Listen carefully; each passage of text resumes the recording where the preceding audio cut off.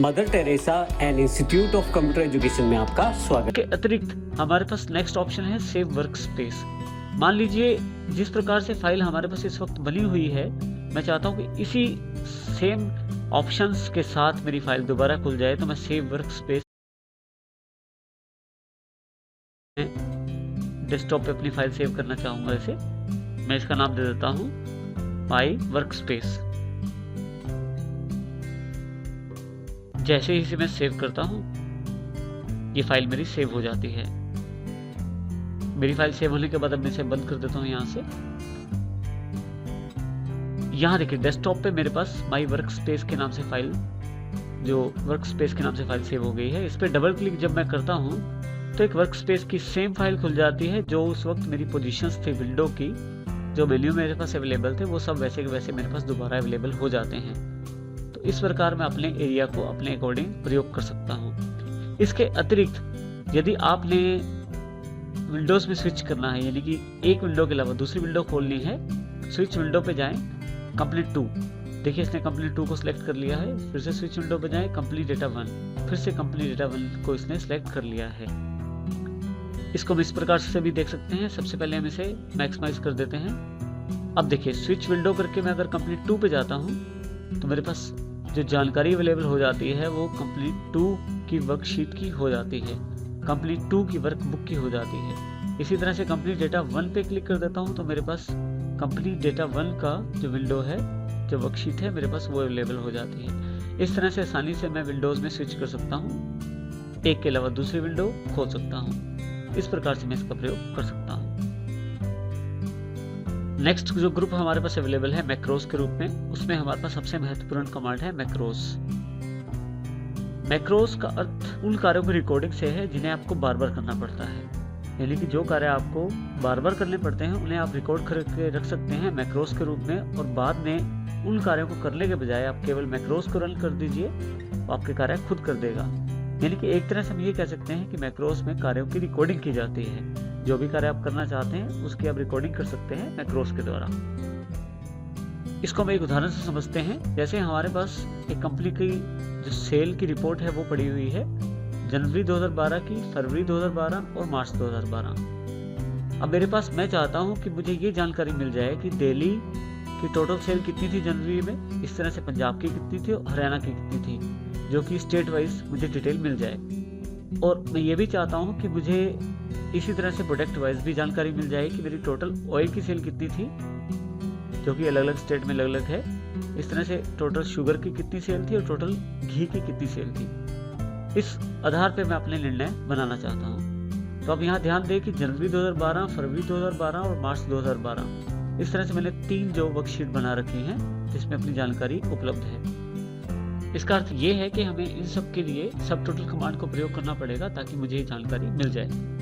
अब सब total command को प्रयोग करने से पहले ज़रूरी है कि मैं इसे सॉर्ट कर लूँ ताकि मेरे पास जो जानकारी है कैटेगराइज वाइज आ जाए। सॉर्टिंग के लिए मैं सिलेक्ट कर लेता हूँ डेटा को अपने और सॉर्ट कर लेता हूँ। इस तरह से मैं दूसरी शीट को भी सॉर्ट कर सकता हूँ और मैं अपनी तीसरी शीट को भी सॉर्ट कर लेता हूँ स्टेट वाइज। ये ज़रूरी है स्टेट वाइज करना। अब जब मैं चाहता हूं कि ये मुझे अलग अलग स्टेट की सेल की जानकारी मिल जाए, तो उसके लिए केवल मैं अपना जो सिलेक्शन है करके उस एरिया का जिसमें सेल दिखाई गई है, सब टोटल पे क्लिक करता हूं। क्योंकि सब टोटल कमांड हम पहले कर चुके हैं, बिल्कुल उन्हीं आधारों पे सिर्फ ओके करता हूं मैं, और मेरे पास दिल्ली का, हरियाणा का और पंजाब का टोटल अलग अलग अवेलेबल हो जाता है ग्रैंड टोटल के साथ। लेकिन अब यह समस्या ये है कि ये तो केवल मैंने जनवरी के लिए किया, और फरवरी के लिए भी मुझे ये करना पड़ेगा और मार्च के लिए भी।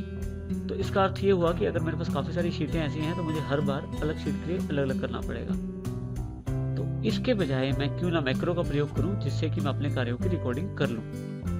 अब देखिए इसमें से सबसे पहले हम स्टेप अपना बैक करते हैं। सब टोटल पे क्लिक कीजिए और यहाँ से रिमूव कर दीजिए सारा सब टोटल, ताकि नॉर्मल पोजीशन में वापस आ जाए। अब हम सबसे पहले व्यू में जाते हैं और यहाँ से मैक्रो रिकॉर्डिंग का प्रोसेस समझते हैं। मैक्रो का प्रयोग करने के लिए हमारे पास 2 स्टेप अवेलेबल हैं, व्यू मैक्रोज और रिकॉर्ड मैक्रोज। रिकॉर्ड मैक्रोज का अर्थ है कि हम अपनी रिकॉर्डिंग स्टेप्स की कर लें, और व्यू मैक्रो का अर्थ है कि जो रिकॉर्डिंग की गई है उसका प्रयोग कर लें। इसलिए अब सबसे पहले हम रिकॉर्डिंग करना सीखते हैं। मैक्रोस पे क्लिक करें और सबसे पहले रिकॉर्ड मैक्रो पे क्लिक करें। हमारे पास एक बॉक्स अवेलेबल हो जाता है। उस बॉक्स में हम लोग मैक्रो का नाम दे सकते हैं। जैसे कि मैं इसका नाम दे देता हूँ स्टेट वाइज डेटा, कुछ भी नाम दे सकते हैं आप। इसके लिए शॉर्टकट की भी दे सकते हैं और इसे मैं ओके कर देता हूँ। यहाँ से मेरी रिकॉर्डिंग ऑन हो जाती है जैसे ही मैं ओके करता हूँ। ज़रूरी है आप इसमें मैक्रोस में जो भी स्टेप्स लें वो ठीक हों। अगर कोई भी स्टेप गलत होता है तो आपका मैक्रोस काम नहीं करेगा। अब सबसे पहला स्टेप है मुझे डेटा को सॉर्ट करना, जो मैं सॉर्ट ऑलरेडी कर चुका हूँ। मैं अपने डेटा को सिलेक्ट करता हूँ, डेटा टैब पे जाता हूँ, सब टोटल पे क्लिक करता हूँ और जैसे पहले मैंने अपना डेटा सब टोटल किया था उसको क्लिक करके ओके कर देता हूँ। मेरे पास ये डेटा अवेलेबल हो जाता है। ये अलग अलग लेवल्स में है, तो इसको मैं अपने आधार पे दूसरे नंबर के लेवल पे ले लेता हूँ, जिस पे मुझे ये जानकारी मिल गई कि दिल्ली, हरियाणा और पंजाब का टोटल कितना है। ये मेरे मैक्रो ने मुझे दिखा दिया, क्योंकि मेरा जो कार्य था वो यहाँ तक पहुँचना था। मेरी रिकॉर्डिंग अब बंद हो जानी चाहिए। फिर से व्यू पे जाता हूँ, मैक्रोस पे जाता हूँ, तो जहाँ से आपने रिकॉर्ड मैक्रो किया था वहाँ पे स्टॉप रिकॉर्डिंग का बटन है। आप यहाँ क्लिक कर दीजिए।